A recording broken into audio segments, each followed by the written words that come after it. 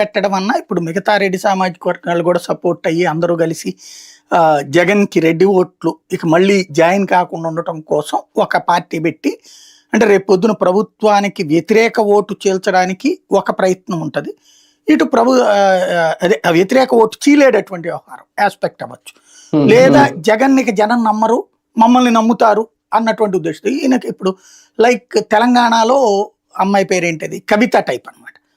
అంటే కాంగ్రెస్ అంటే ఇష్టం లేని బీఆర్ఎస్ కార్యకర్తలు సొంత పార్టీని ఇష్టపడనటువంటి వాళ్ళు సొంత పార్టీలో అన్యాయం జరిగిందన్న వాళ్ళందరినీ అడిగి తెచ్చుకునే ప్రయత్నం చేస్తుంది కదా అమ్మాయి. కాంగ్రెస్ అంటే కాంగ్రెస్ లోకి వెళ్ళలేరు బీఆర్ఎస్ వాళ్ళు, వెళ్ళలేని అదే సందర్భంలో సొంత పార్టీ సరిగ్గా మమ్మల్ని చూడలేదు అని అసంతృప్తికి గురయ్యే వాళ్ళందరినీ కవిత గ్యాదర్ చేస్తుంది. అక్కడ జరుగుతుంది అదే కదా. మేబీ ఇక్కడ కూడా అదే జరగచ్చేమో. వైఎస్ఆర్ కాంగ్రెస్ పార్టీ లో ఉన్నటువంటి వాళ్ళని తెలుగుదేశం రానియట్లేదు, జనసేన రానియట్లేదు, బీజేపీ రానియట్లేదు అక్కడికి.